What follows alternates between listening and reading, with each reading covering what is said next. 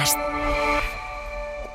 Pero hablemos claro, ¿el coche es para su hermano o no es para su hermano? Porque este lío yo ya lo entiendo. La verdad, es para un servidor. ¿Para usted no era para usted el coche? Sí. Hombre, don Anselmo, que sea enhorabuena. ¿Qué le pasa? Las piernas. Las piernas, permítame. Es que el médico me dice que si uso el cochecito me voy a anquilosar. Que se le anquilosan las piernas mejor. Si el año 2000 nadie va a utilizar las piernas. Salvo los futbolistas, naturalmente, pero los demás todos en coche. Todos en coche. Hoy, en El Rincón y la Esquina, hablamos del coche. Salimos al amparo de la noche. Hoy por Hoy Magazine. Con un pretexto breve y elegante. Los dos con el anhelo sin candado, el miedo anestesiado y el corazón por delante. Ser Podcast. Nos fuimos alejando de la gente, buscando la vereda de la sombra. No hizo falta hablar de lo evidente, lo que cada uno siente y sin embargo no nombra. Marta Sanz, buenos días. Buenos días. Manuel Delgado, buenos días. Buenos días. Nos guste o no nos guste, nuestras vidas están rodeadas de coches y nuestras biografías están llenas de historias ligadas a los coches, así que vamos a empezar y Marta, empiezas tú. Bueno, yo ya sabéis que no sé conducir. Yo siempre yo he contado siempre que sé nadar súper bien, nado muy bien, pero conducir no sé conducir, lo siento mucho. Sin embargo, la verdad es que a mí me gustan los coches porque mi abuelo era el mecánico melómano, los arreglaba estupendamente bien, igual que Natalia Ginsburg tenía su léxico familiar. Dentro de nuestro léxico familiar pues había expresiones que yo oía permanentemente, que eran la tapa del delco, sí, la correa del ventilador, el cárter, las bujías, el radiador, las pastillas de los frenos, el cigüeñal, ¿no? Y estas cosas de las tripas de los coches que mi abuelo se sabía muy bien. Entonces, yo no tengo ni idea de lo que es la correa del ventilador, ni el cárter, ni el delco, ni nada. Pero las palabras me gustaban muchísimo y no las he olvidado. Si te sirve de consuelo, yo sí conduzco y no sé qué quiere decir Tampoco, ninguna de estas cosas. Manuel. No sabes sobre lo que vas montada. No, Manuel, te toca a ti ponerte al volante, venga. Bueno, yo no sé nadar, una cosa por la otra, no se puede tener todo en la vida. Oye, hablando de mecánicos, me acuerdo una vez nos estropeó el coche cerca de San Celoni, llamamos una grúa, vino un técnico, un mecánico, y nos enchegaba y de pronto me pregunta, oye, ¿no habrá notado como si la correa del ventilador se hubiera roto? Yo le dije, pues sí. Me dijo, eso es que la correa del ventilador se ha roto. Y me pareció que esos niveles nunca los alcanzaría. Oye, bueno, en primer lugar no vamos a hablar de coches de caballos, ni de cochecitos de niño, ni de cochecitos leré, sino de automóviles. Pongámonos de acuerdo en ello. Vale, coches. Entonces, vamos a ver. Yo no sé, ya veré. Bueno, hombre, a lo mejor Marta se nos desvía un poco. Hombre, yo creo que siempre tenemos que dedicar un tema a los autochoques, que es un espacio en que no es que pueda, es que tienes que chocar por fuerza porque si no tiene sentido. Un espacio en el que solamente se puede chocar. Uh-huh. Bueno, a ver, esta es una problemática de amplio espectro.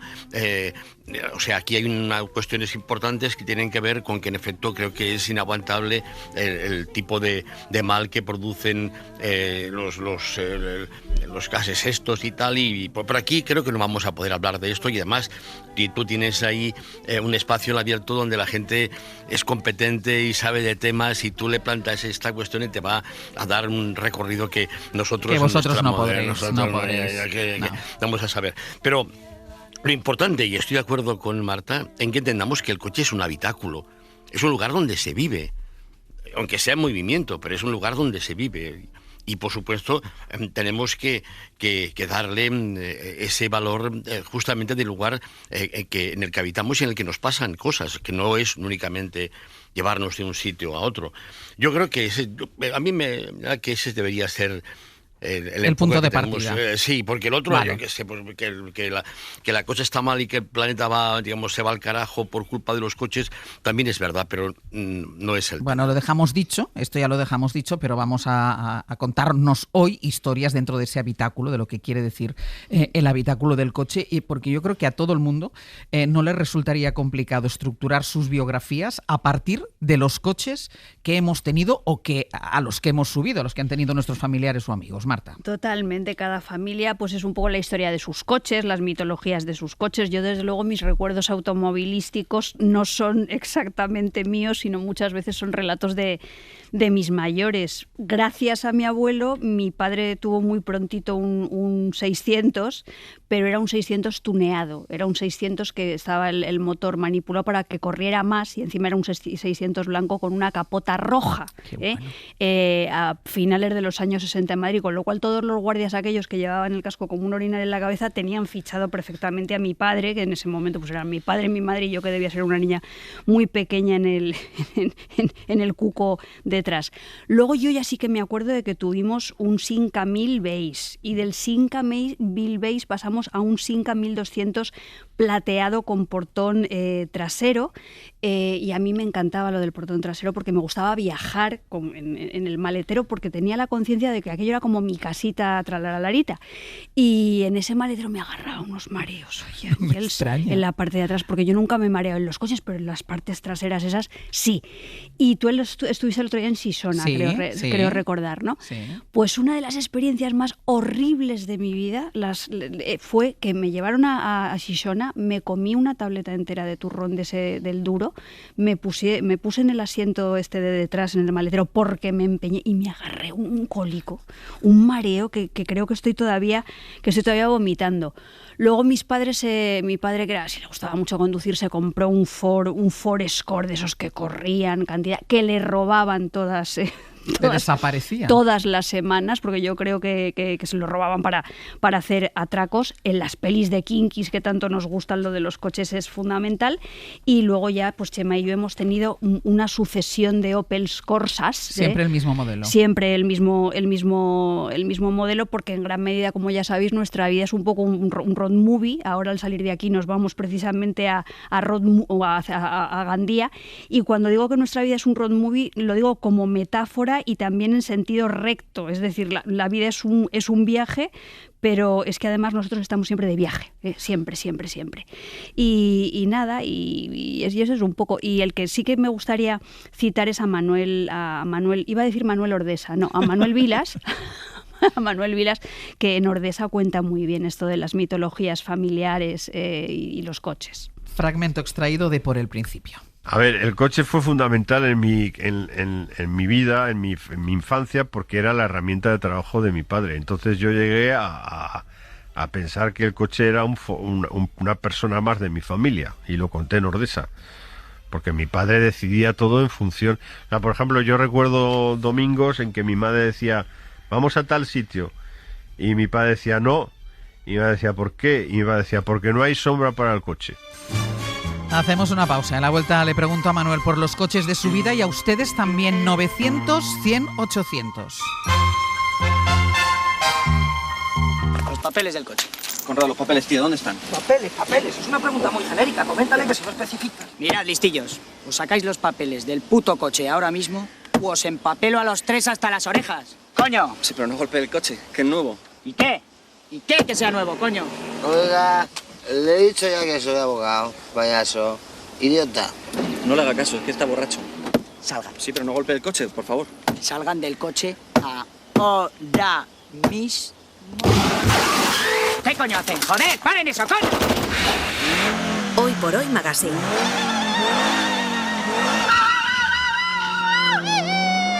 Ser podcast. Cualificado, mal visto por algunos, por otros mal pagado, pero yo sigo aquí, siguiéndote la pista, aunque tú te Seguimos en el rincón y la esquina hablando del coche con Marta Sanz y con Manuel Delgado. Nos contaba antes cuáles habían sido los coches de su vida, nos lo contaba Marta. Manuel, ¿los coches han sido también parte importante de tu vida? Hombre, claro que sí. Oye, ¿sabes qué? Creo que nunca me han multado y me han parado muchas veces. Pero al final ¿Nunca te han puesto una multa? ¡Qué raro! Y además me han parado, o sea, y varias veces, y no he tenido que decirles, usted no sabe con quién está hablando porque no hacía falta, pero siempre me decían, bueno, venga, siga. Venga. No sé si es que les caigo simpático o que les doy lástima.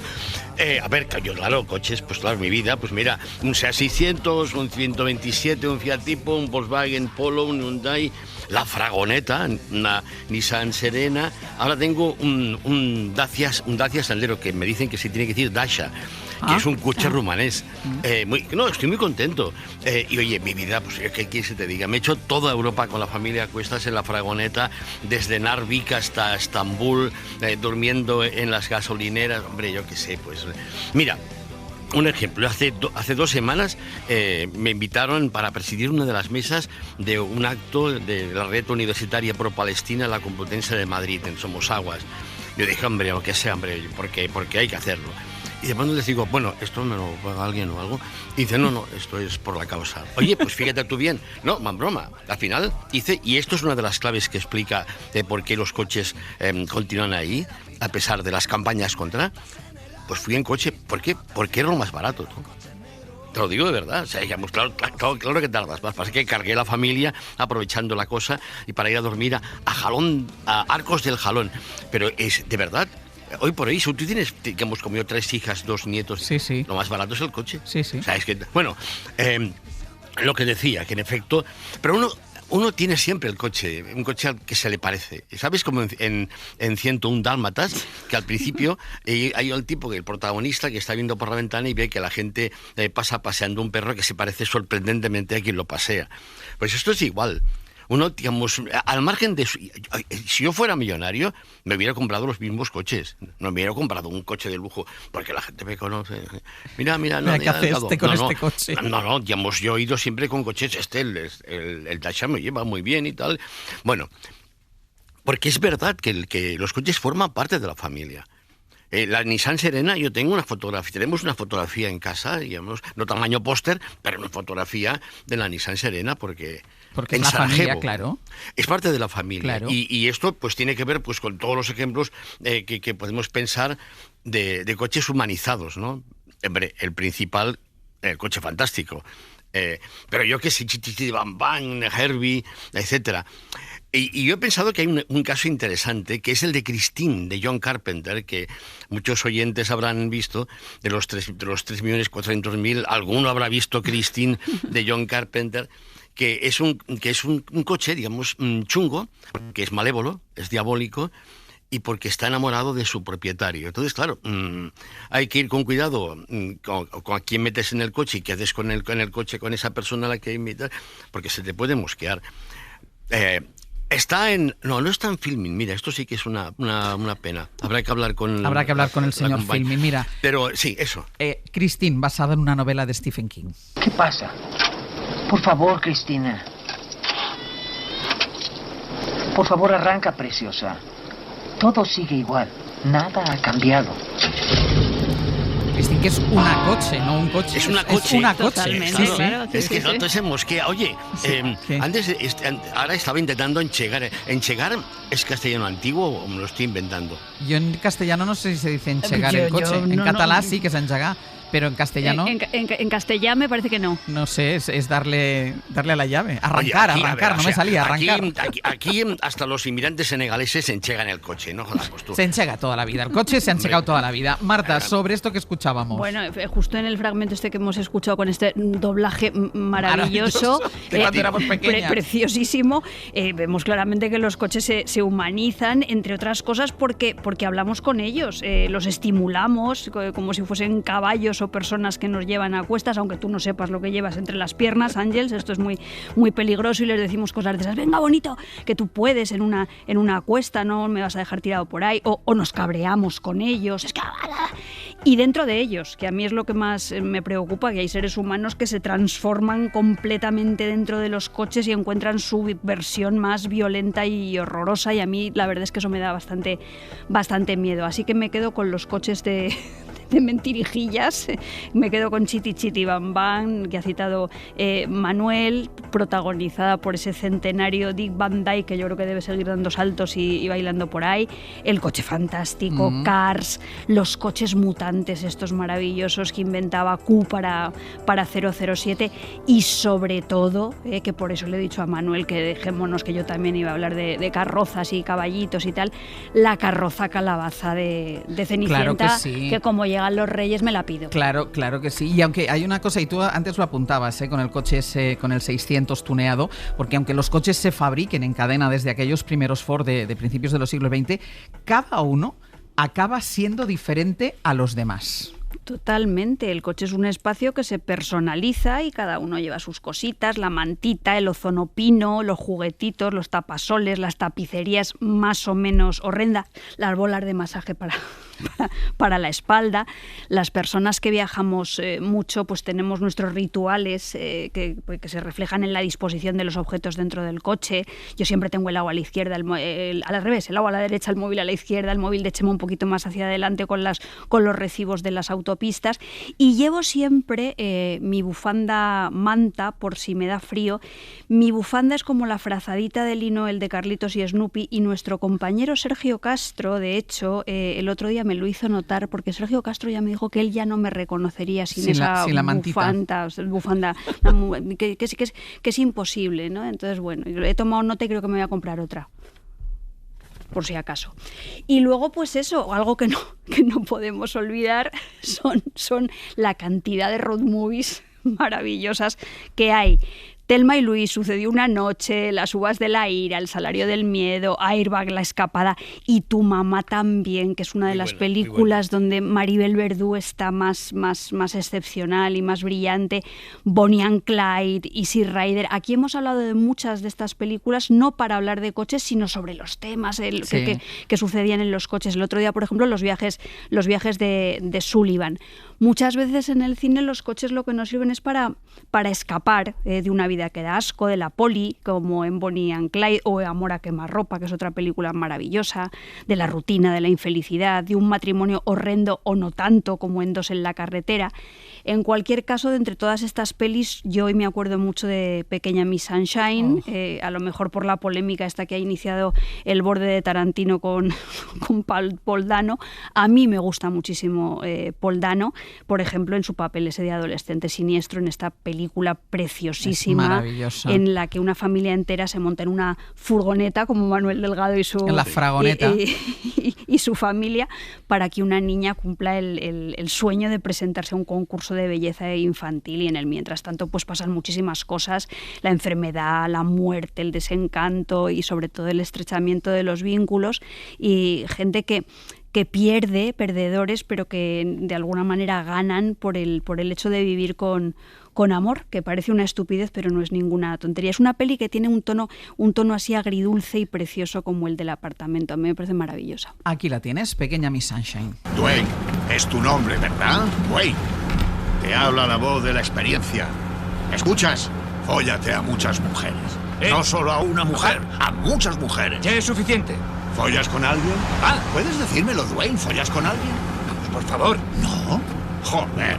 ¿Cuántos tienes? ¿15? ¿Pero qué haces, chaval? Deberías tirarte a todas las chavalitas. Si sigues así, detendré la furgoneta ahora mismo. Pues para, no puedes callarme. ¡Que te den! Puedo decir lo que quiera. Tengo el culo lleno de balas nazis. Las balas nazis! Eres peor que esos cabrones de la residencia. Y tú, Manuel, dijiste que amas y que practicas las road movies este fin de semana pasado, sin ir más lejos, así que te doy pie por ahí. Cuéntanos. Bueno, a ver, yo, digamos, de grandes temas, como sabes, no soy competente, pero sí que hay un tema que me interesa de una manera intensa, que es el tema del ritual. Este tipo de películas, las road movies estas, aunque aquí hemos incorporado, atención, una de motos y otra de camiones, ¿no? A ver, que eso no sea razón para no abordar estos temas que seguro que le preocupan a nuestros oyentes, que es la dimensión metafórica de las motos y de los camiones. Pero bueno, una road movie, en el fondo, es un rito de paso, como lo es, por ejemplo, El Quijote, ¿no? Que es una road movie, al fin y al cabo. Y que implica que un personaje determinado o unos personajes empiezan su viaje de una forma y al final de ese viaje son otra persona. Es como si cada road movie fuera como una especie de camino de Santiago, que en efecto es una peregrinación. Todo road movie es una peregrinación. Transforma a las personas que la emprenden. Y todos los ejemplos que Marta ha mencionado son paradigmáticos de ello.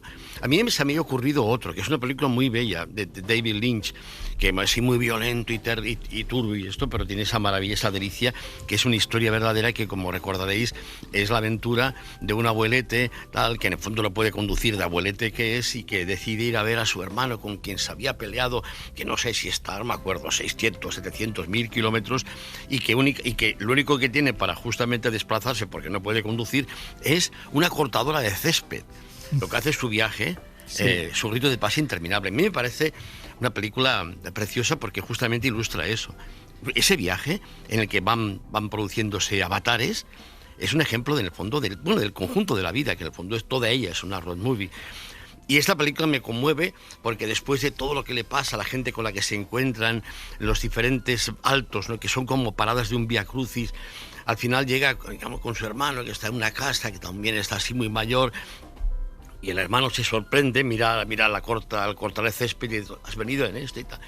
Y me gusta, ¿sabes por qué? Porque es lo que me gusta de las películas, porque en el momento culminante no dicen nada. El tipo llega, saluda a su hermano, hola, tal, y entonces se sientan los dos en el porche.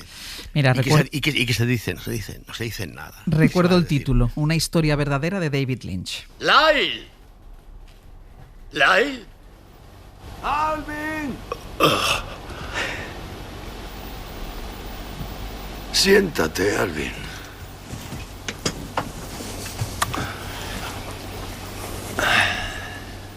¿Has venido en eso hasta aquí para verme? Así es, Lyle.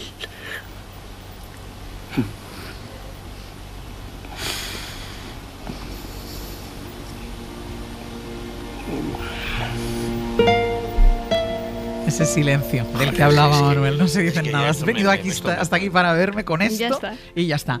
Y tú, Marta, querías decir algo sobre las primeras road movies de la literatura. Sí, y aquí siento usar el pseudo inglés este que usamos, pero bueno, así nos entendemos.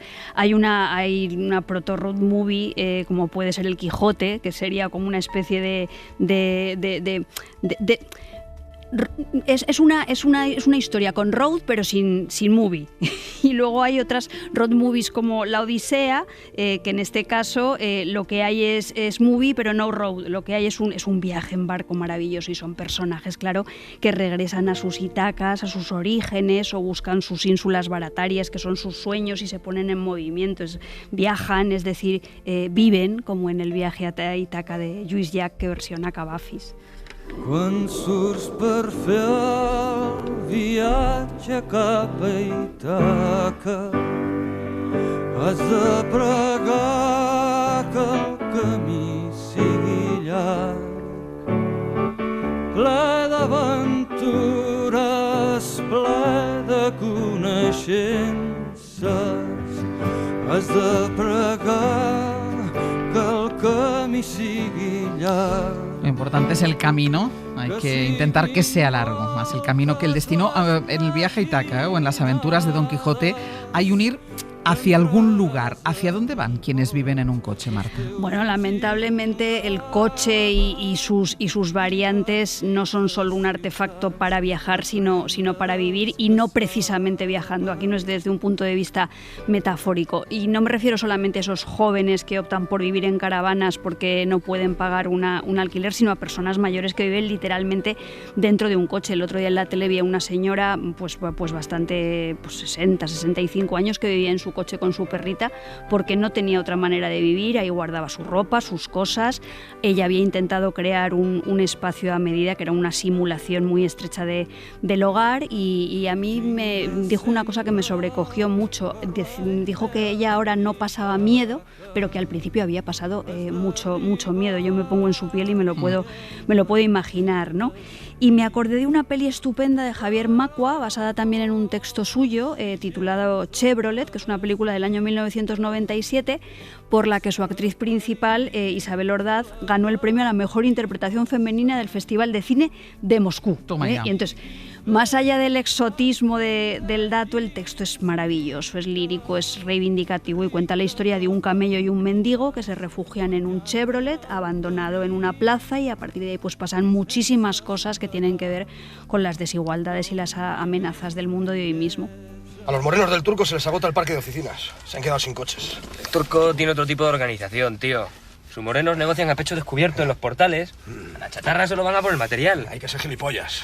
Mira, quedan 2 oficinas en el barrio y bien situadas. Mi Renault y tu Chevy.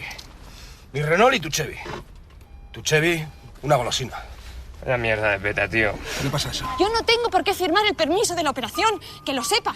Señora. Pago la cama de mi vieja como todo el mundo. Ya se lo hemos dicho todo. Tengo mis derechos. Lamento. No pierda usted los nervios. No le van a cortar la pierna por unas heriditas de nada. Y ya está. ¡Hala! Aunque tú no lo sepas, me he inventado tu nombre.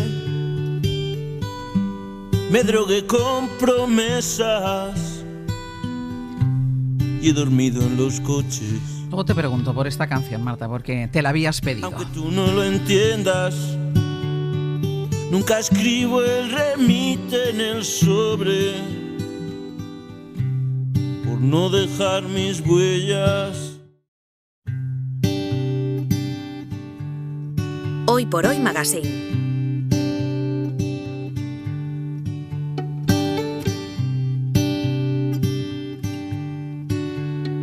Ser Podcast. Aunque tú no lo sepas,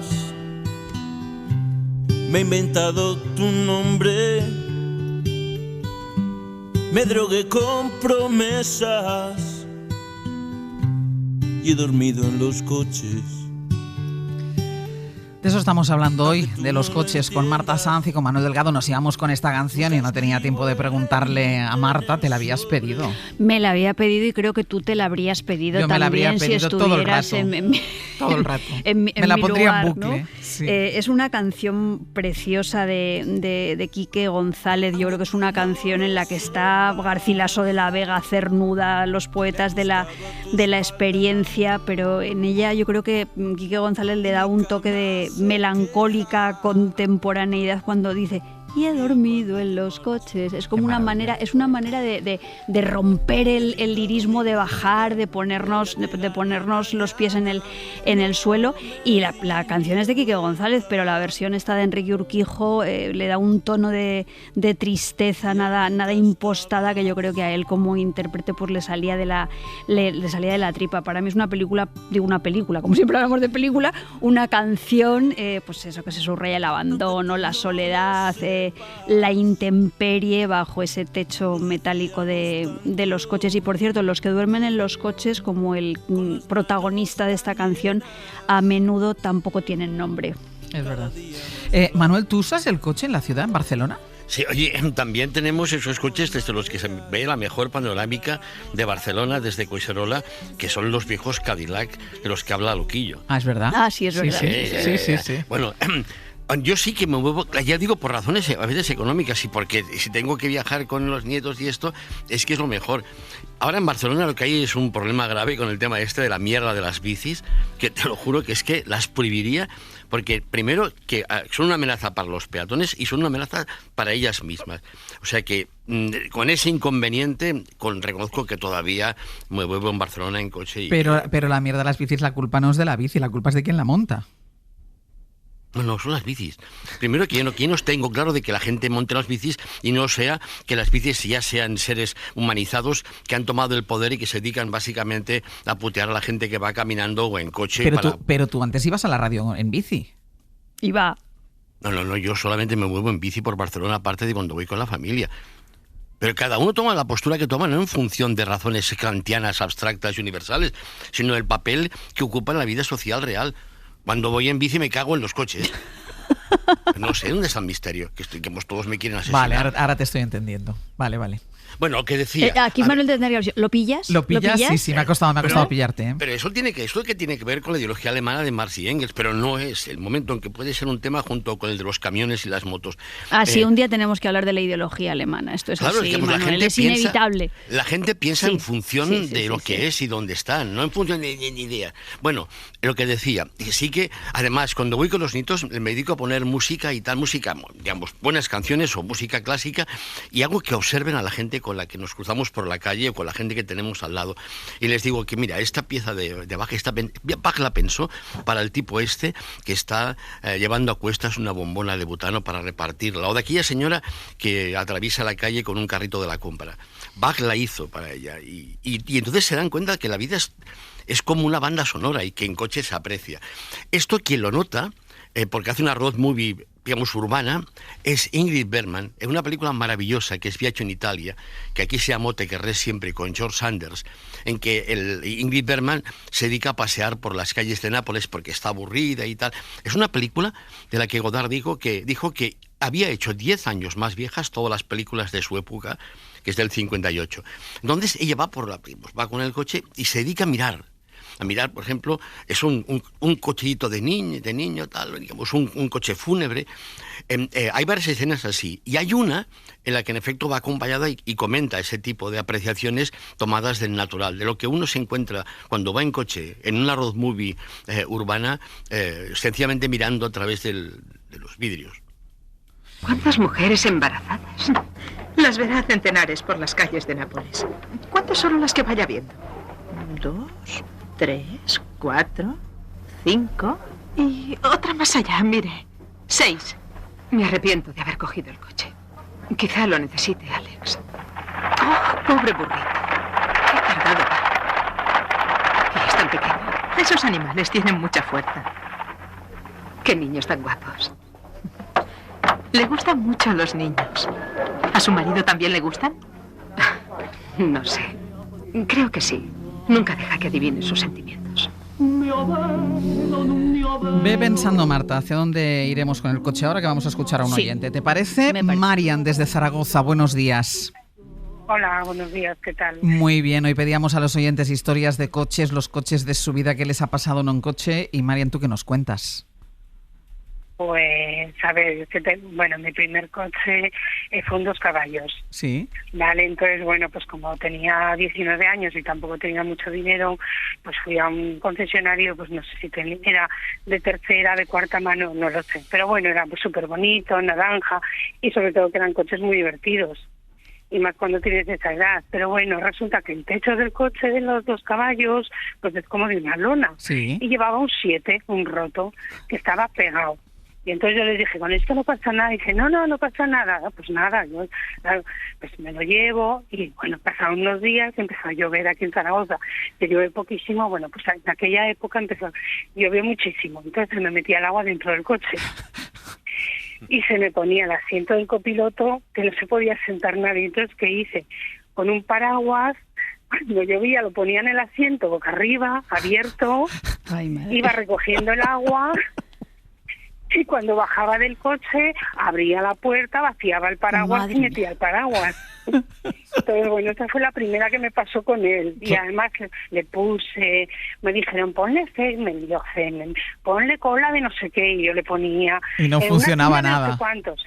Nada, no funcionaba nada. Entonces, bueno, pues lo único que funcionaba era el paraguas abierto. Pues mira tú. Otra que me pasó, con él también muy divertida, que iba por una calle, en un barrio además aquí que hay mucho tráfico, y bueno, pues oigo un ruido enorme en el coche, bajo, y resulta que se había soltado el tubo de escape, y salía como un choricillo por debajo del coche a lo largo. No sabía qué hacer con él, porque claro, tampoco tiene esa edad. Ay, yo medio llorando, salieron unos señores de un bar y me lo ataron con un trapo a modo chimenea hacia arriba, hasta que bueno, fui a un taller y me lo sujetaron.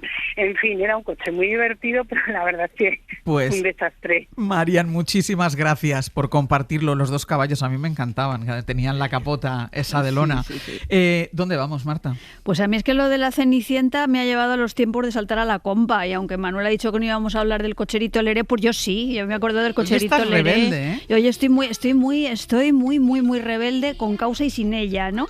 Y es que en realidad esta canción, oye, mientras cantábamos, pues no nos estábamos dando ni puñetera cuenta de toda la picardía y la sexualidad que había dentro de la cancioncita cuando estábamos saltando. Entonces, esto me ha llevado a la idea de que el coche es un lugar para viajar, para desplazarnos, pero también, y con perdón, para follar. El coche es un lugar donde en muchas películas, y incluso en la vida real, habrá quien haya usado el coche para Puede esto. Ser que haya alguien. El antecedente lo tenemos en novelas clásicas tan maravillosas como Madame Bovary, su escena del fiacre, o esa película maravillosa de Scorsese, La edad de la inocencia, basada en una novela de Edith Wharton, que tiene una escena con Michelle Pfeiffer y Daniel Day-Lewis, que no pueden estar más guapos dentro de ese coche. No me pido qué difícil es hacer el amor en un 5000, pero me acuerdo de una anécdota de cuando yo daba clases de español como lengua extranjera aquí en Madrid, que los alumnos estadounidenses alucinaban cuando veían a los jóvenes españoles darse el lote en un parque o en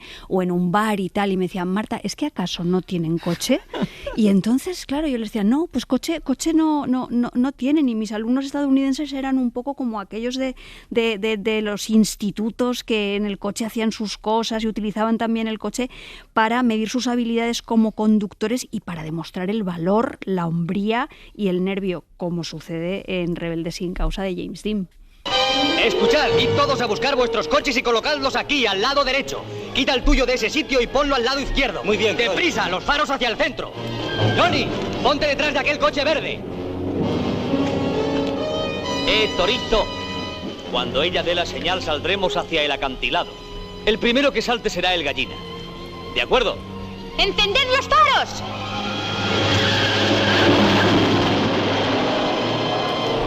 Manuel, tienes un minuto, pero yo no sé si Rebelde sin causa o el cochelito Leré te ha sugerido algo. No, yo únicamente iba a hablar de la función que tiene para cambiarse. Y iba a poner un ejemplo, pero ya no nos llega, pero en todo caso... Bueno, puedes en medio minuto, ¿no puedes explicar el ejemplo? No, solamente... Bueno, la pregunta que yo tenía prevista es si os gustan los golpes de Estado militares. Así en principio no.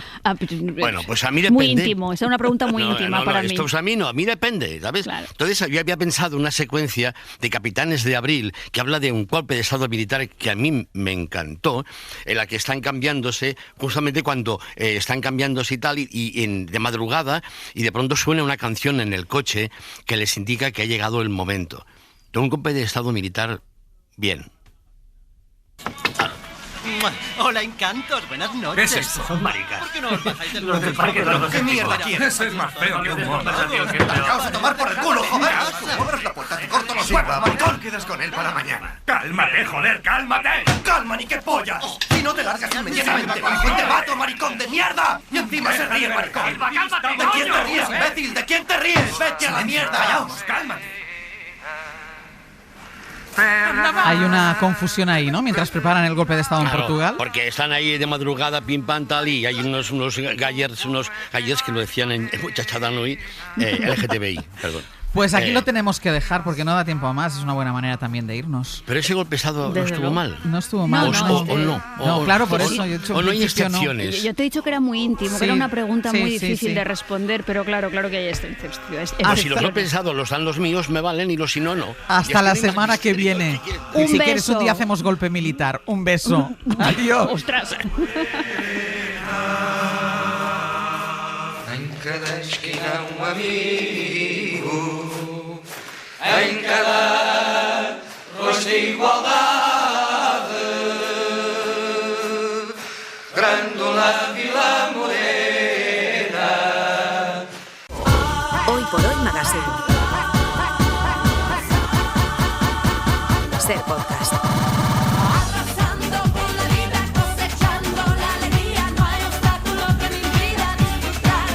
Brian Pérez, buenos días. ¿Qué tal, Ángels? Buenos días. ¿Te ha venido enseguida a la cabeza esta canción o le has tenido que dar vueltas? No le he tenido que dar ninguna vuelta porque, mira, he pensado, arrasando por la vida, cosechando la alegría.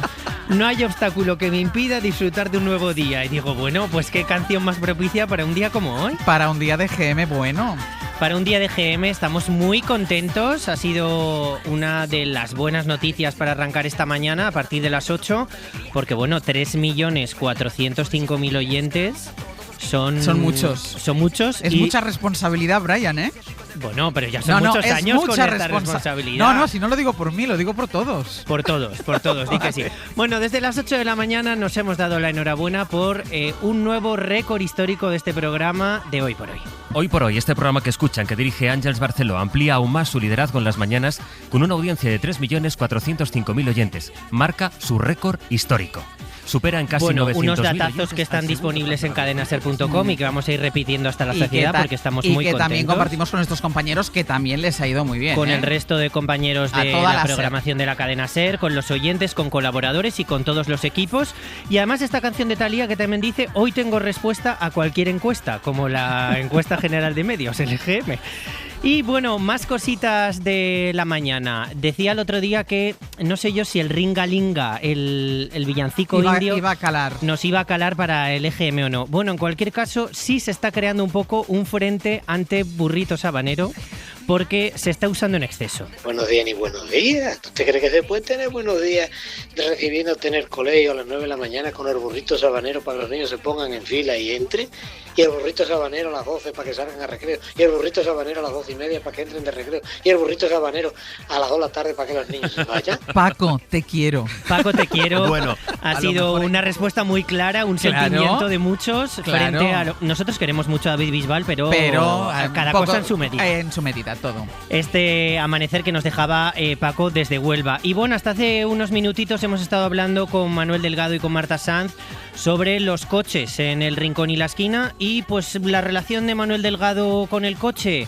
Pues muy manuelina, odiar a los coches cuando va en bici y odiar la bici cuando va en coche. Primero que yo no tengo claro de que la gente monte las bicis y no sea que las bicis ya sean seres humanizados que han tomado el poder y que se dedican básicamente a putear a la gente que va caminando o en coche. Pero tú antes ibas a la radio en bici. No, yo solamente me muevo en bici por Barcelona, aparte de cuando voy con la familia. Cuando voy en bici me cago en los coches. Él es así. ¿Y a partir de ahora? A partir de ahora el pretérito pluscuamperfecto con Ana Uslé, que si yo te digo Dolores Montoya y Manuel Molina, pues no te suena mucho, pero si te digo Lola y Manuel, sí. Totalmente. ¿No? Lola y Manuel, y viajamos atrás esos 50 años para conmemorar Nueva Vida, ese disco que lo empezó a cambiar todo como pioneros Lola y Manuel del nuevo flamenco.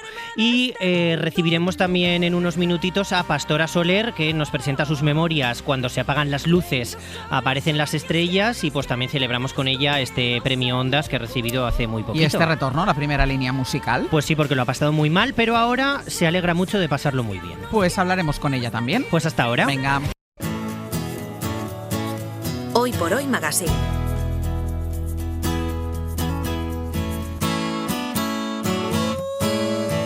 Ser podcast. ¿Cuántas son las cosas que yo aprendí? Muchas las que hicimos, muchas más que hacer, pero lo más importante y serio fue pasarlo bien.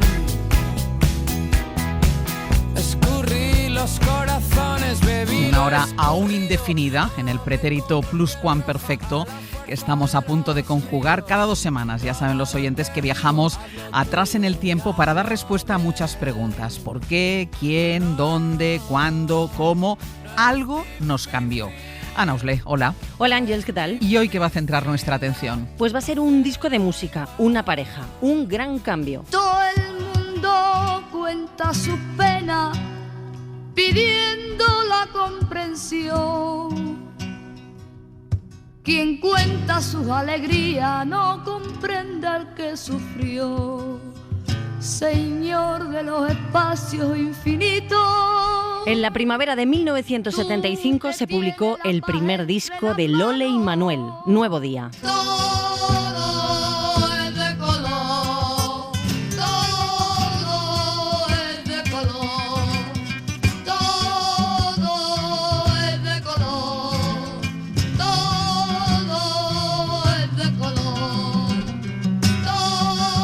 que se cumplen 50 años, recordamos qué supuso este disco. Que dio un gran salto histórico para el nuevo flamenco y lo abrió a un público mucho más amplio. Así que comenzamos por la primera persona del plural, nosotros. Nosotros vamos al barrio correcto en el momento justo. Triana, principios de los 70.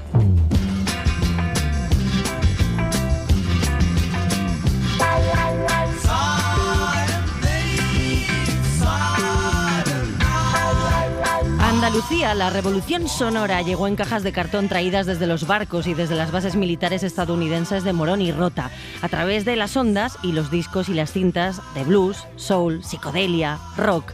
Felipe Benítez Reyes era un adolescente al que la música le llevó a escribir. Escuchábamos la que sonaba en las emisoras de la base norteamericana, tanto en la base de Rota como en la de Morón, que se llamaba la American Forces Radio.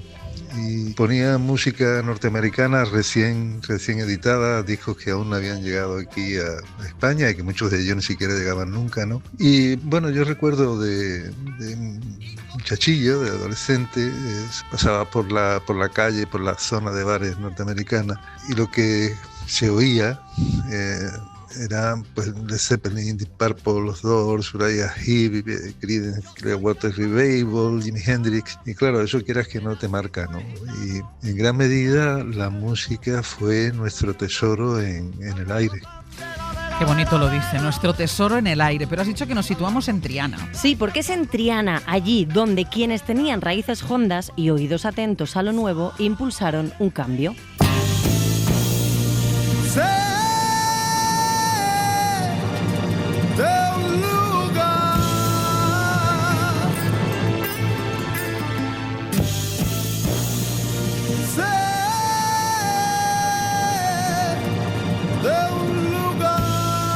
Con guitarra eléctrica, bajo, batería, melotrón, órgano, comenzó la fusión con grupos como Smash, Triana, Goma, pero la revolución, la dignidad, llegó con Lola y Manuel.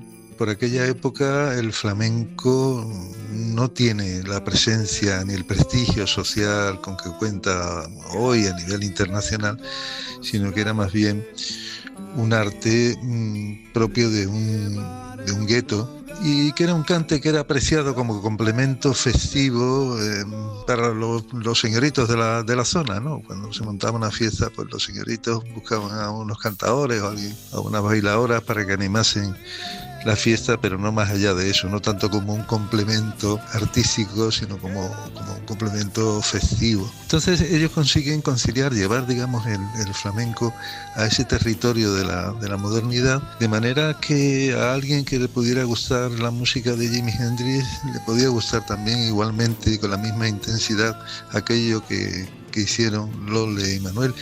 Y aquello, bueno, consiguió normalizar socialmente, digamos, el flamenco. Tercera persona del singular, él. Él, Manuel Molina. Nací en Ceuta hace ya 25 años y 2.000 o 3.000 meses. Si quiere que te cuente un poco de mi vida profesional, pues yo empecé a tocar con Camarón. Cuando éramos chiquititos todavía nos íbamos a buscar la vida. Él provenía de una familia con raíces flamencas. Su padre era guitarrista, conocido como el Encajero, y Manuel, que trabajaba en los tablaos para ir aprendiendo, también era un joven de su tiempo. Somos unos gitanos que no tenemos muchos prejuicios y nos gusta la música de Janis Joplin y de los Beatles y Rolling Stone. Pero eso no quiere decir que nosotros nos vayamos a salir de aquí, puesto que esta es la única manera de sentir nuestra. Imagino que esa mezcla entre el escuchar y el sentir sería clave más tarde. Sí, Gervasio Iglesias, estudioso de su figura a través de la producción de documentales de Manuel Molina, como Nuevo Día. Manuel era, lo primero, un grandísimo poeta, un grandísimo filósofo de la vida, y luego se embarcó en una serie de aventuras pues, que abrieron unos caminos nuevos. Él fue el primero que metió el flamenco por rock, cuando Smash dijo que sí a poder estar junto a esos rockeros de pelo largo, el que era un gitano de pura cepa. Y luego, acto seguido, su siguiente aventura pues, fue este disco, Lola y Manuel, año 75, abre todo un nuevo camino, abre un montón de autopistas, un montón de bifurcaciones a las autopistas, y todo eso que está sucediendo, después aparece también Veneno, y todo eso confluye al final en la leyenda del tiempo de Camarón. Pero a lo largo de toda su vida, Manuel ha iniciado nuevas rutas, nuevos senderos musicales, Y creo que sin Manuel la historia de la música española no hubiera sido como ha sido de fructífera, de hermosa y de emocionante. Tercera persona del singular, ella. Ella, Lole Montoya. Bailaba, montaba los bailes que a mí me gustaban, le ayudaba a mi madre en aquello que podía porque éramos 5 hermanas, conmigo 6. Estaba siempre queriendo aprender algo nuevo. Lole, trianera, de una familia gitana profundamente flamenca. Su madre era Antonia la Negra, cantadora y bailaora. Su padre Juan Montoya, bailaor. Y Lole, a sus 20 añitos, trabajaba en un tablao al que llamaban La Cochera. Adivino, tablao también en el que trabajaba Manuel. Correcto. Nosotros sabíamos cuando estábamos haciendo alguna de las 3 primeras canciones que estábamos haciendo algo que yo con palabras de verdad no te lo puedo explicar. Primero lo hicimos para nosotros, ¿no? Y después ya, pues, sí que la verdad es que fue algo muy nuevo y cuando salíamos a la calle o cuando, o sea, todo eso, ese amor, ese respeto, la gente siempre lloraba, ¿sabes? Y esas cosas, eso es algo grandioso. Íbamos a cantar a algún sitio y la gente en el pueblo preparaba sus casas, no llegábamos ni al camerino. Hay ahí algo importante que toca el corazón. Así nos lo contaba Lole, así lo recordaba, y así a partir de 1973 comienzan ella y Manuel a tocar juntos por Triana, componiendo sus propias canciones que darían forma, como escuchábamos, al primer disco. Tercera persona del plural, ellos. Ellos, Lole y Manuel, porque son ellos dos, pero debemos sumar el nombre de Juan Manuel Flores, el tercero, responsable de letras de sus primeros discos, de esas imágenes poéticas tan poderosas. La luz vence tinieblas por campiñas lejanas. El aire huele a pan nuevo, el pueblo se despereza, ha llegado la mañana. Letras que hablan de la luz, las flores, que describen la belleza. La gente quería escuchar algo que tuviera vida. Si tú te pones a escuchar la canción de Nuevo Día, la del sol joven y fuerte, empieza un amanecer, después se va en la noche llegó, porque se esconde el sol, se queda muda de pronto. Juan Manuel también era muy sensible, entonces llegó la mañana, ¿entiendes? Llegó la mañana. Pibe Amador, músico, productor, escritor, divulgador, testigo de aquel momento. Las letras de Juan Manuel Flores no tenían nada que ver con las letras que el flamenco había cantado hasta entonces. Fue algo completamente distinto. Además, ese tipo de letras fue lo que influyó decisivamente para, mezclado con la voz especial de Lole y con la manera tranquila y pausada de tocar la guitarra de Manuel Molina, ese trío de circunstancias, digamos, creó una atmósfera nueva en el flamenco. Además, por primera vez se prestaba atención a las letras en el flamenco, que era algo que no se había hecho anteriormente. Y yo creo que ahí radica el que tanta gente ajena a ese género musical se interesara por él. Fue una feliz concurrencia de circunstancias.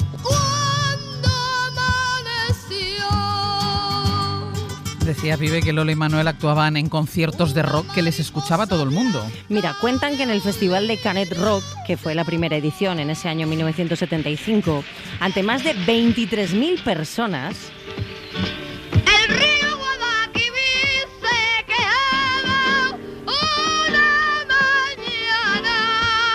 23.000 hippies con su buen rollito escuchando música en plena madrugada. Sí, y es curioso porque es un ejemplo de lo que pasó en aquellos años, porque este disco salió sin promoción, pero de repente tú veías en algún sitio que había una señora y un señor que se plantaban en una silla y se ponían a cantar. Dicen que aunque en un primer momento esos 23.000 hippies estaban desconcertados, se acabaron entregando a esa pareja que cantaba esas letras tan inspiradoras, con ese el cardo siempre gritando y la flor siempre callá. Segunda persona del plural, vosotros. Vosotros que al escuchar ese disco supisteis que había algo diferente. Decíamos que la voz, la guitarra, las letras, pero estaba también el sonido.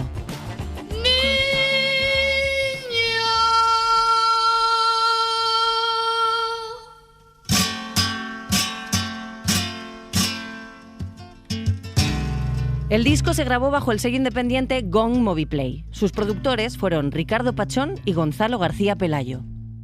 Ricardo me escribió diciéndome que tenía maquetas de este dúo, pero yo no las necesité escuchar porque ya sabía que Ricardo precisamente había también introducido en Smash a Manuel Molina y le tenía una gran fe a su capacidad musical, a su voz, a su rasgo flamenco.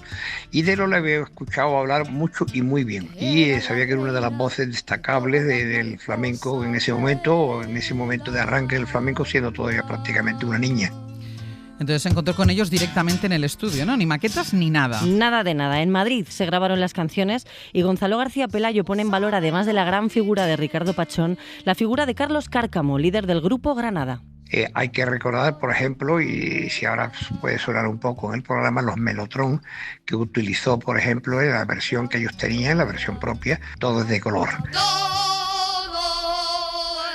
Ese Mellotron de Teddy Bautista, que se grabó entonces en muchos discos, era un Mellotron que sonaba pues como el gran Mellotron que hay en la corte del Rey Crimson, de King Crimson. Y ese Mellotron realmente creo que le da un aire a esa canción absolutamente único en la historia del rock y casi en la historia también del flamenco. Y eso fue obra de la idea, el tocarlo, pero además sobre todo la idea del arreglista, como digo, Carlos Cárcamo. También hizo que se fuese por primera vez, a petición mía, el bajo eléctrico dentro de una bulería, que me parece que también quedó como una cosa ya paradigmática para la historia del flamenco. La utilicé yo mucho en la película Manuela y la volvió a utilizar también Carlos Saura en su película Deprisa, deprisa.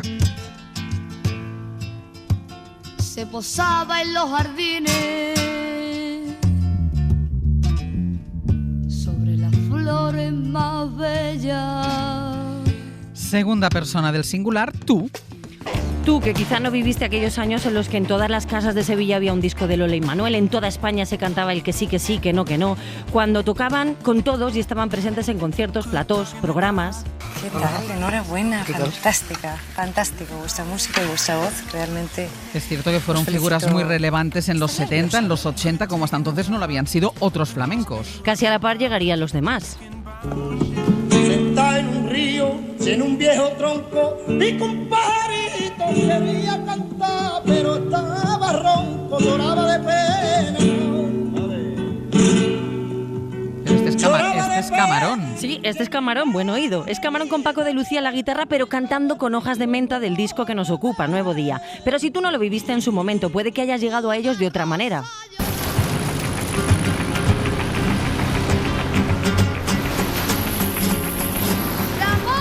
Esto que suena de fondo es Kill Bill 2, el último capítulo, cara a cara, o sea, la parte final. Ya llega ella a encontrar a Bill. Y puede que sea el cine de Quentin Tarantino el que te llevó a ellos, porque les dio a Lola y a Manuel gran protagonismo en su banda sonora. También lo hizo Carlos Saura, García Pelayo en Manuela, como nos decía, y también lo ha hecho recientemente Carla Simón. Érase una vez una mariposa blanca, que era la reina de todas las mariposas del alba.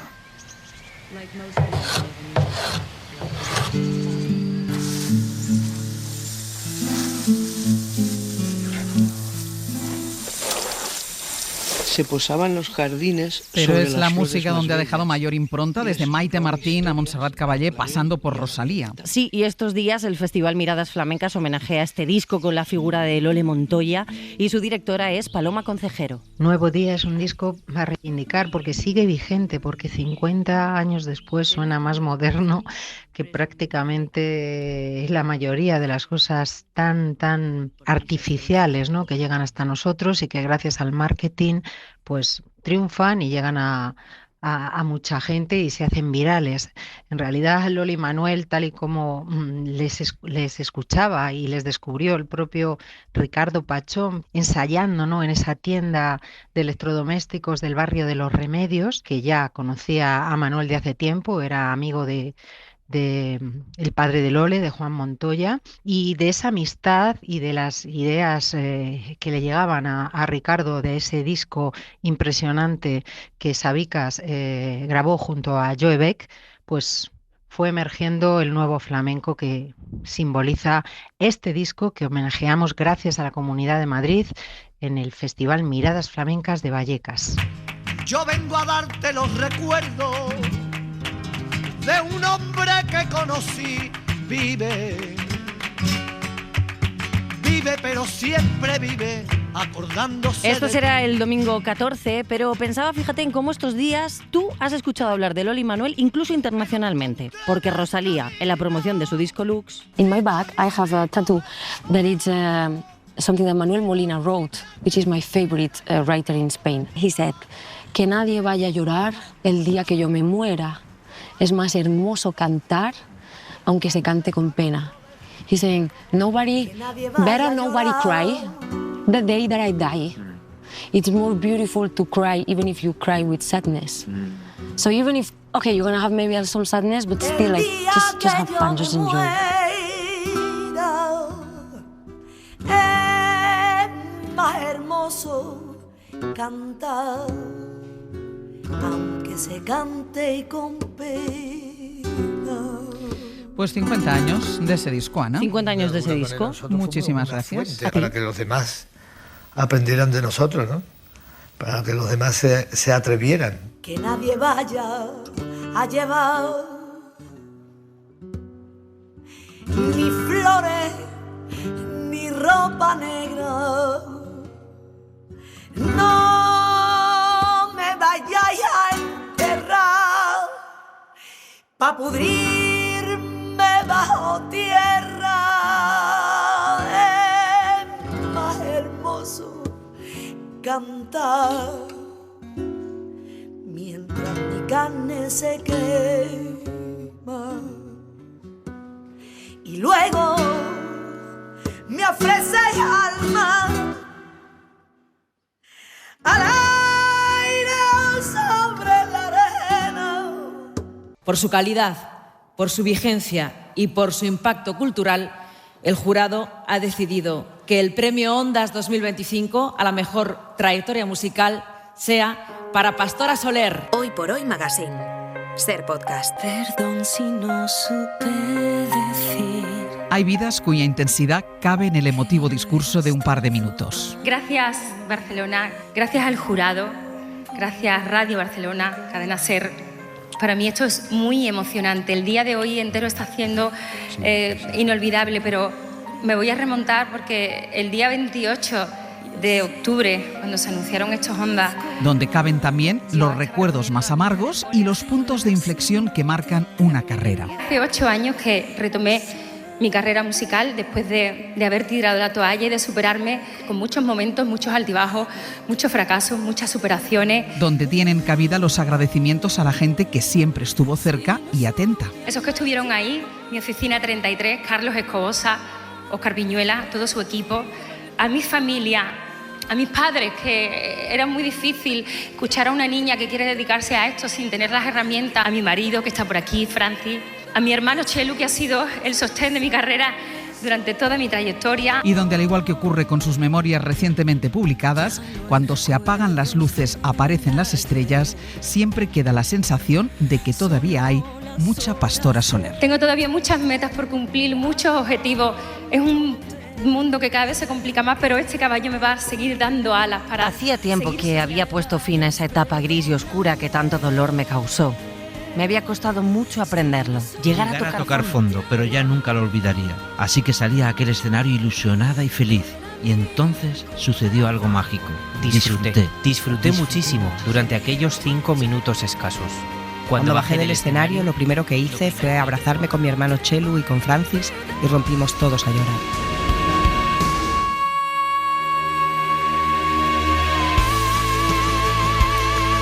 Pastora Soler, muy buenos días. Buenos días, querida Angie. Que muy bien y enhorabuena por ese Ondas fantástico. Muchísimas gracias. Todavía estoy pues como saboreando algo que es tan importante y ese día además que fue tan emotivo.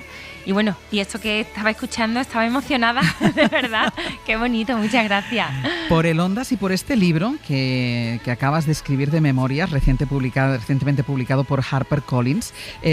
Antes decía el nombre del título, Cuando se apagan las luces aparecen las estrellas.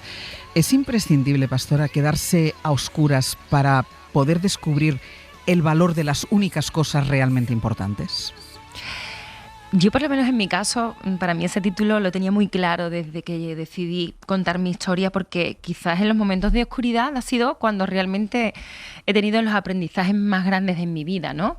A mí me han ido pasando a lo largo de una carrera de 30 años y empezando tan pequeña, pues en los momentos de caídas y de fracasos y de oscuridad, cuando realmente siempre ha estado sucedido de una época de éxito, de aprendizaje, de crecimiento.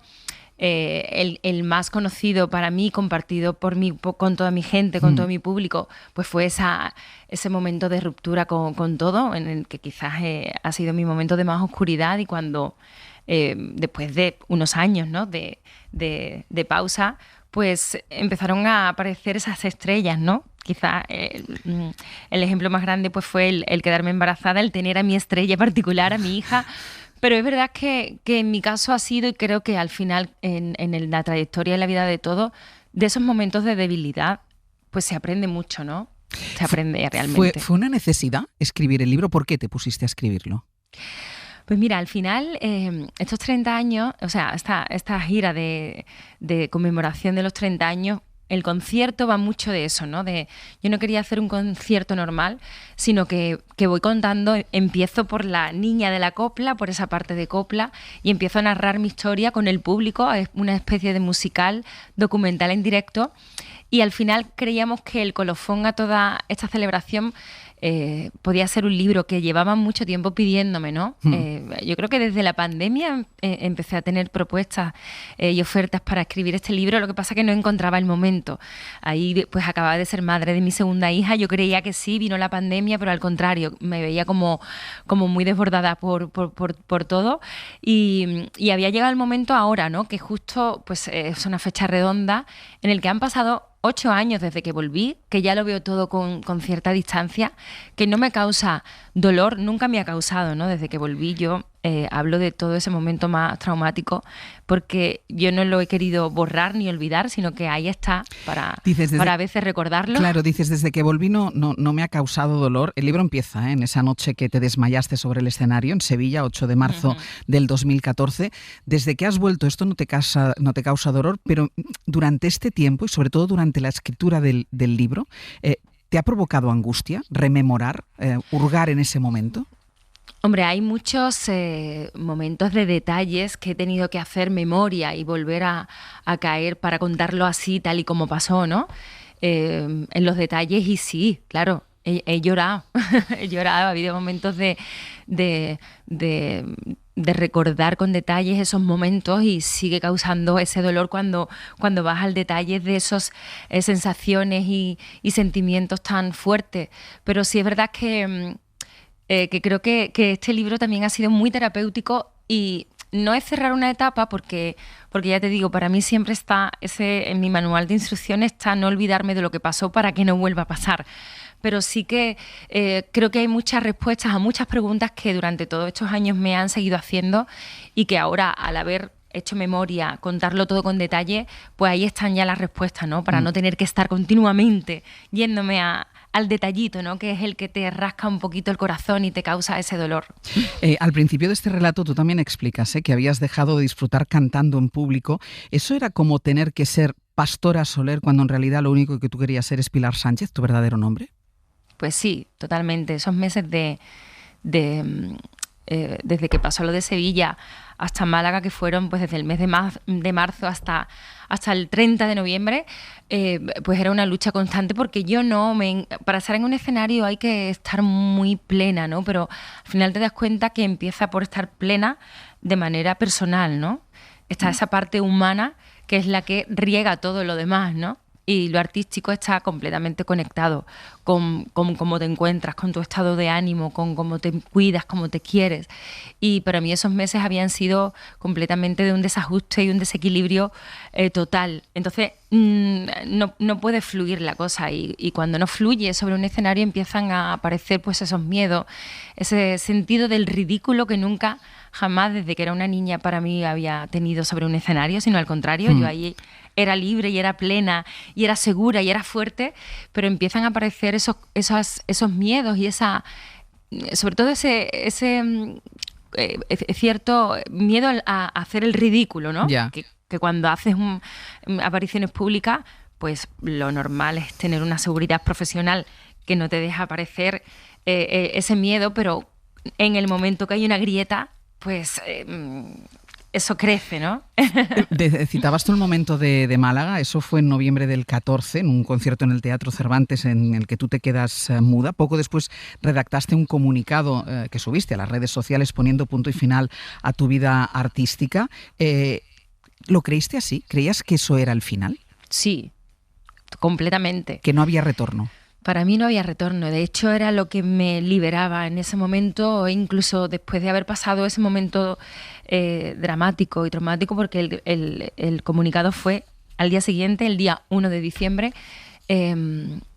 para mí era poner fin y después de haber llorado mucho y de haber pasado unas 24 horas horribles, en el momento que compartí eso empecé a sentir alivio, ¿no? Y liberación, porque para mí yo llevaba 20 años hasta ese momento y oye, digo, he sido muy feliz, tengo una carrera, he hecho cosas muy bonitas y hasta aquí llegué e incluso no sabía cómo iba a transcurrir mi vida, pero los meses y bueno, años, porque fueron 3 años posteriores, para mí fue encontrar una felicidad que a veces tenemos el miedo de no saber, porque mi vida es la música, pero te sales de eso y dices, pues no, hay mi vida.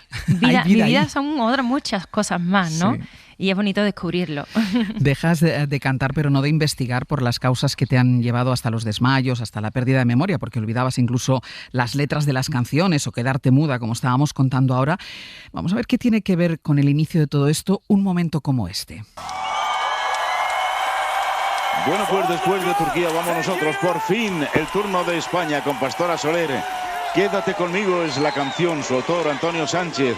Y aparecerá en el escenario con Rebeca, con May, es el con Festival Sheila, de con Antonio y con Eurovisión. Miguel. ¿Es un punto de inflexión del inicio del caos, de ese miedo escénico? Porque de todas formas el festival te fue bien.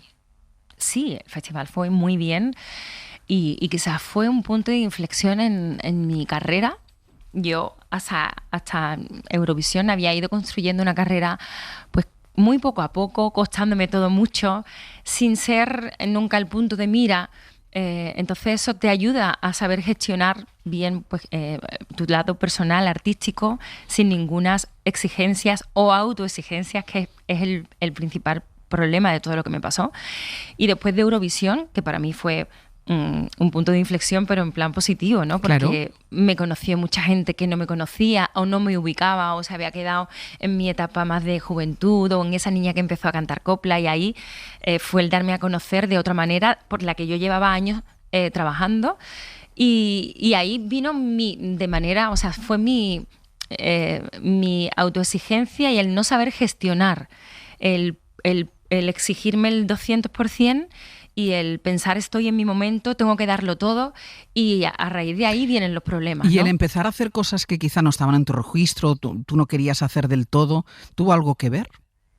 Bueno, en mi registro no, quizás yo hice un disco muy, muy exigente vocalmente, y eso que para mí siempre ha sido, o sea, la voz cuando te dedicas a esto, y cuando es tu fuerte, ¿no? Porque al final yo no soy cantautora, quien viene a verme, viene a escuchar mi voz, eso te empieza a crear un cierto control, ¿no? De querer estar siempre, o tienes que estar siempre 100%. A veces pues somos vulnerables a las alergias, a mil cosas, ¿no? A lo de todo el mundo. A lo de todo el mundo. Sí.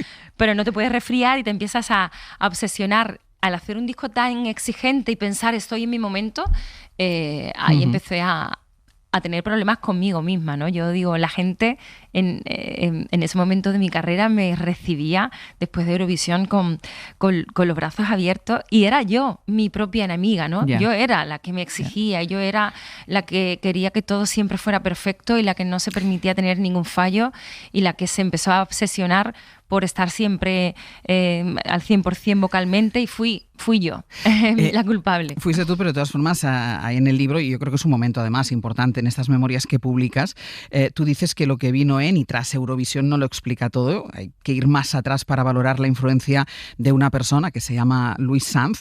¿Él quién es y cómo cambia tu vida? Pues mira, él fue la persona que me descubrió con 14 años aquí en Sevilla. Él vino a conocerme, a hacerme una audición. En ese momento pues era un productor muy importante, muy ligado al mundo de la copla. En ese momento yo creo que estaba haciendo la película Yo soy esa con Isabel Pantoja, haciendo programas en prime time, en televisión española, mano derecha de Lola Flores, de Rocío Jurado. Entonces para mí... Un currículum brillante. Brillante. Sí. Era de las personas más influyentes, ¿no? Sobre todo en el mundo del folclore, de la copla. Entonces para mí, esa persona, darme la mano, empezar una carrera con él... Pues fue pues como yo veía en las películas con quien yo soñaba, con Marisol, con Rocío Dúrcal, que además fue él también el descubridor de Marieta, de Rocío Dúrcal, y le debo todo, ¿no? Porque al final yo creo que siempre esa persona que confía en ti, te da la mano, es a quien le debes todo. Pero claro, ese sentimiento de lealtad y de agradecimiento también fue mi enemigo, ¿no? Porque había cosas con las que yo no comulgaba y que siempre pues accedía a hacer, ¿no? Muchas es decir, él te dice que hagas cosas que a ti no te apetecen. Sí, con esas edades, claro. 15, 16 años, que es cuando además te estás formando como persona, ¿no? En las que también hay muchas inseguridades en la adolescencia, muchos complejos. Él me exigía muchísimo, me enseñó mucho, pero también me exigió muchas cosas que ahora yo, con la distancia, también digo, creo que yo era más fuerte de lo que creía. Pero sí estuve aguantando mucho tiempo sin comulgar con su forma de gestionar mi carrera, pero por lealtad y agradecimiento yo seguía y seguía y seguía. ¿Exigencias y también... como que cambiaras tu aspecto físico o que escogieras un tipo de relación sentimental determinada? Sí, bueno, él controlaba o quería controlar absolutamente todo en mi vida. Yo menos mal que en la parcela más personal, el amor, no lo dejaba entrar, pero con mis padres tenía muchísimo control sobre mí a través de ellos y bueno, pues en el aspecto físico absolutamente todo, ¿no? Yo siempre estaba... que ahora me veo en las grabaciones y digo, pero por favor, si yo tenía un tipín maravilloso y yo me veía gorda y siempre estaba, porque él me decía, estás gorda y eso en el fondo digo, menos mal que dentro de que cuidaba mucho todo eso, pero era fuerte, ¿no? ¿Nunca pensaste en romper esa relación? Sí, en esos momentos y sobre todo en los 5 últimos años de nuestra trayectoria profesional. Yo estuve 10 años, desde los 15 a los 25, en edades tan significativas y complicadas. Había momentos, sobre todo cuando él ya fue más mayor y él estaba casi retirado, él vivía en Marbella, pero seguía gestionándolo todo y teniendo ese control absoluto, e incluso yo veía que había productores, había promotores y gente de la industria que no querían trabajar con él porque era una persona muy difícil y pensaba que quizás me estaba poniendo trabas a mi carrera más que ayudarme, pero había ese sentimiento de lealtad y de agradecimiento, claro, que me tenían amarrada, ¿no? Porque iban un poco en contra de mí, de cómo soy, ¿no? Pues en este momento todo se ve más claro, pero es verdad que en esas edades y cuando ocurren tantas cosas emocionales alrededor es muy difícil. ¿Te sientes totalmente curada? Sí, puedo decir que sí.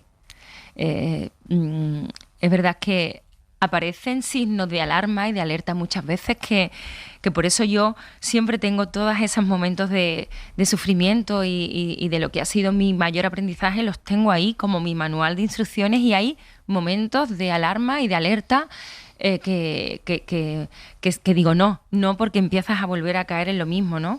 Últimamente este año ha sido maravilloso, pero sí hay pues tanta exigencia profesional y tantos compromisos seguidos que a veces tengo que decir cuidado, pero creo que mis hijas, mi familia, mi marido, mi estabilidad emocional y familiar me ayudan mucho, ¿no?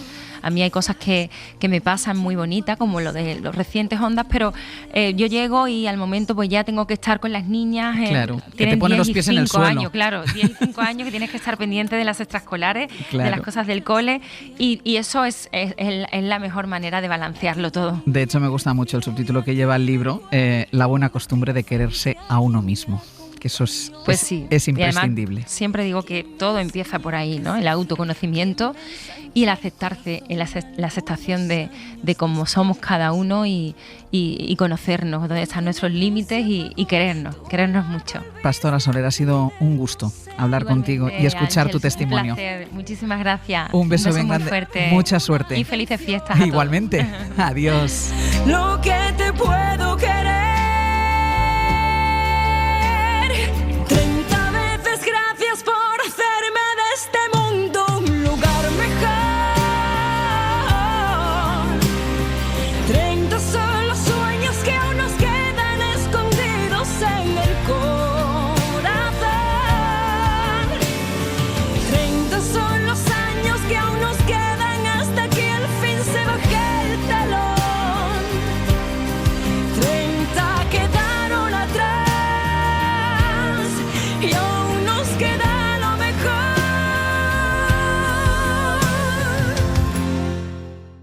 Hoy por Hoy Magazine.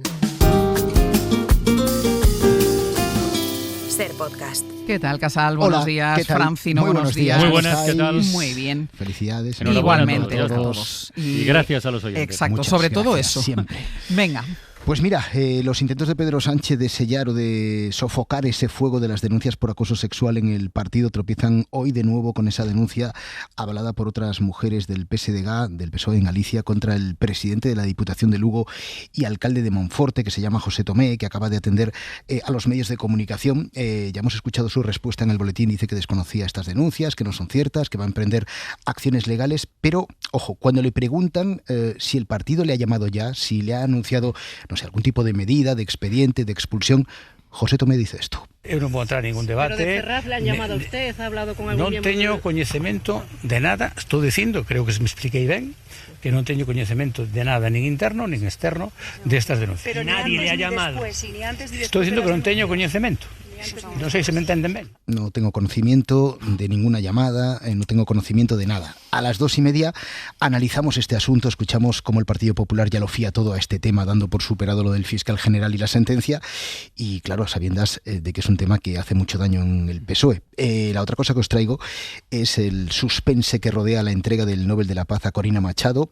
Va a estar en Oslo, pero no va a estar en la ceremonia de entrega del premio. Esto es lo que se anuncia ahora. En fin, no sabemos cómo ha salido de Venezuela, si ha salido ya, no sabemos si va a estar por la tarde o por la noche, pero lo que es seguro es que a la una se entrega el galardón, lo va a recoger su hija, lo vamos a contar prácticamente en directo y se anuncia que ella estará a lo largo del día en la capital noruega. Bueno. ¿Y tú, Francino? Hoy en La Ventana haremos un especial Roba Iniesta porque se lo merece, lógico. porque hay tantos músicos que se metieron en esto, inspirándose en él, versionando sus canciones, su nivel. Bueno, en fin, vamos a hacer un especial, todavía estamos confeccionando el material, pero vamos, esto se merece. Joder, después de Jorge Ilegal. Ya, es que ha sido uno detrás de otro. Como los aviones, cae uno, caen dos. Bueno, Sí, sí. Oye, y hoy en el Club de la Escucha presentamos un podcast muy interesante que se titula El Perfilador, que cuenta con Vicente Garrido, catedrático de Criminología en la Universidad de Valencia. Bueno, este hombre es una autoridad. A mediados de los 90 la Guardia Civil le pidió ayuda para identificar a un asesino en serie que había matado 5 mujeres alrededor de Castellón. Consiguió que confesara, porque si no hubiera confesado, este hombre, Joaquín Ferrandiz, que por cierto, hoy está en libertad, no se hubiera pasado 23 años en la cárcel. En su cabeza, los crímenes que iban a cometer estaban justificados. Hay mucha perfección, hay una actividad calculada. Si Ferrandiz no confiesa, esos crímenes no se resuelven. El gran desconcierto que tuvo la Guardia Civil cuando se enfrentó a un asesino así. Porque Es un nunca podcast había interesantísimo y Vicente Garrido es una personalidad Ya, fascinante. quién es, sí, de sí. verdad, de verdad. Muy bien, pues ¿tú tienes ventana o ventanita? No, ventana, ¿por qué? ¿Ventanita? No. Ah, porque hay Champions, No, joder. pensaba que No, empezaba hombre, no, antes. pero la Champions... Vale, vale. No, juega el Villarreal a las 7 menos cuarto. Ah, vale, vale, Pero yo vale. creo que se va por ser más. Vale. Sí, Va por hay una cuestión de jerarquía aquí. El Madrid, el Barça y el Atleti van por ser. Y el resto los por otros ser equipos más. van a ser más. Sí, Bueno, bueno, lo es mismo un criterio como otro. Sí, pero bueno, también nos pasa a nosotros a los programas que a veces Claro. nos toca ir por ser más. Exacto. O sea que... Venga, os escuchamos. Hasta luego. Se le nota la voz por dentro es de colores Hoy por Hoy Magazine. y le sobra el valor que le falta a mis noches. Ser Podcast. Y se juega la vida siempre en causas perdidas.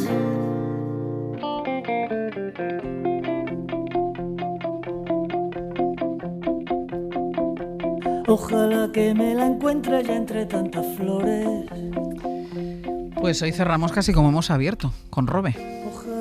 Mira cómo es la vida, de amplia, de caprichosa, de extraña, que contiene todo, la mayor de las alegrías, aunque sean pequeñas y particulares como las que a veces vivimos en este programa, cuando la generosidad de los oyentes nos devuelve tantas cosas, y ocurren también estos hechos que además vienen a coincidir con la muerte de Jorge Martínez casi de manera seguida, uno detrás de otro. De dos pensadores en realidad, y de eso hemos hablado un poco en la redacción, de la satisfacción de unas cosas y de lo... Yo que no soy muy de Extremoduro ni de él particularmente, sí guardo un recuerdo de una vez en otra vida en la que se le invitó a participar en una reflexión muy amplia y que él no quiso hacer. Pero explicó por qué no quiso hacer, o sea, quiso explicar por qué no quiso hacer. Y yo luego entendí que si eso se hubiera grabado hubiera sido el programa perfecto, no hubiera sido nada, porque nadie explicó mejor cómo, por qué, cuándo y ante quién y para qué objetivos hay que hablar y cuándo todo eso debe reducirse en un silencio. Claro, no decir nada. Para no banalizar las palabras, para no quitarles importancia. Ese es mi recuerdo personal de un hombre que musicalmente a mí me ha afectado menos que a otros compañeros, pero que he recordado que era un tipo influyente, un pensador, ¿no? Porque los pensadores también se miden también por sus silencios, ¿no? Y él mantuvo un silencio a lo largo de toda su vida, un silencio personal, porque casi no dio entrevista, no se expuso prácticamente nada. Y todos estábamos con esta cosa de ¡ay, qué alegría! Porque justo nos han dado las notas del EGM y a la vez estábamos todos ahí con la madre mía, lo de Robes, que no, nos hemos quedado ahí pegados. Es que claro, era un gran escritor y entonces por eso no habla, porque escribe muy bien. Entonces no le hace falta hablar. Ya lo decía. Ya lo decían las ahora ya no sé yo si hablar o no, o callarme, porque no analices. Yo creo que no, pero yo creo que yo, por ejemplo, personalmente yo aprendí a tocar la guitarra con las canciones de Extremoduro. Hay una cosa que le contaba a Eva, intento explicarle, que es ese sonido melódico y melancólico que tienen las canciones de Robin Iniesta, o de Extremoduro en general, que es muy diferente a otras bandas de rock y tiene que ver con la utilización de los acordes. Ellos tocaban normalmente en el rock se utilizan acordes de quintas. El que lo sepa, el que lo esté escuchando lo sabrá, si no, no lo puedo explicar. Pero Extremoduro tocaba con acordes de terceras, que es lo que le da ese tono un poquito más triste, melancólico, más grave. Un aire más soñador, ¿no? Sabes mucho, Pascual? Sí, tienes que enseñar a tocar la guitarra, me estoy quedando loca. Sí, la verdad. Hay algunas cosas que ocurren muy poquitas veces, porque aquí pues llegan todas las noticias. Y es verdad que algunas te dan cierto calambre, cierto chispazo. Nos hemos enterado nosotros a las... Pues faltaban 3, 4, 5 minutos para que empezara. Tú ya estabas en el estudio. Y entonces Isabel Fernández Pedro te ha dicho, ostras, ha muerto Robe. Y se ha hecho como nosotros que estamos expuestos a tantas noticias y a veces te insensibilizas, si te das cuenta cuando ocurre algo, un calambrazo que te conecta con tus propios recuerdos, con tus propias vivencias, con tus relaciones con los demás y te hace ver que en este torrente en el que estamos muchas veces, que es una espiral del infierno en la que no dejamos de contar cosas, pues hay hechos que te sacuden y te devuelven a otra realidad. Y descubres grandes robistas como Sergio Soto. Agustín Rodríguez Sahún, que son grandes robistas. Sí, no, yo creo que justamente la de Sergio Soto, la de Agustín Rodríguez Sahún, la mía, es una generación que crece con Robe, con Extremoduro, y que va sufriendo también esa evolución. Hablaba Pascual de la música de Extremoduro, como tanto a nivel musical como a nivel letrista, Extremoduro va evolucionando hacia un lugar mucho más íntimo, mucho más melancólico, con canciones que creo que van llegando mucho más al corazón y que no son tan viscerales o tan transgresivas como se decía en el propio Robe. Y creo que es muy llamativo eso, que es un buen recuerdo para él. He notado una brisa pasajera que me ha dicho que tal vez sí quisiera. Pues vamos con el último compás, Ana. Sí, vamos a irnos con alegría, que además ahora la música de Robe es nuestro tesoro en el aire, como decía también Benito Reyes. Qué bonito era eso. En el Pluscuamperfecto. Nos vamos a ir en una mañana muy musical que nos ha servido para recordar y para también hablar de remontadas. Ha estado hace unos minutos aquí Pastora Soler, va a ser nuestro último compás. Ella ha compartido su aprendizaje después de su dura historia con su representante. Ha escrito un libro, Cuando se apagan las luces, aparecen las estrellas, para curarse y hacer que las heridas sean su manual de instrucciones. En este momento todo se ve más claro, pero es verdad que en esas edades y cuando ocurren tantas cosas emocionales alrededor es muy difícil. ¿Te sientes totalmente curada? Puedo decir que sí. Es verdad que aparecen signos de alarma y de alerta muchas veces que por eso yo siempre tengo todos esos momentos de sufrimiento y de lo que ha sido mi mayor aprendizaje, los tengo ahí como mi manual de instrucciones y ahí momentos de alarma y de alerta que digo no, porque empiezas a volver a caer en lo mismo, ¿no? Últimamente este año ha sido maravilloso, pero sí, pues tanta exigencia profesional y tantos compromisos seguidos que a veces tengo que decir cuidado. Mañana volveremos a partir de las 6. Les esperamos. Pongan el despertador.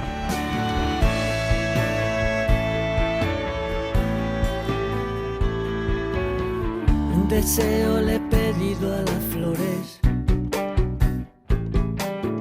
que la busquen, que ya saben de olores, que le digan que espero aquí en el sol, que da en el último escalón, a que vuelva. Quiero saborear la esencia de las cosas. Batió las alas una mariposa, sabor de aire recién. Hoy por hoy, Àngels Barceló. Para no perderte ningún episodio, síguenos en la aplicación o la web de la SER, Podium Podcast o tu plataforma de audio favorita.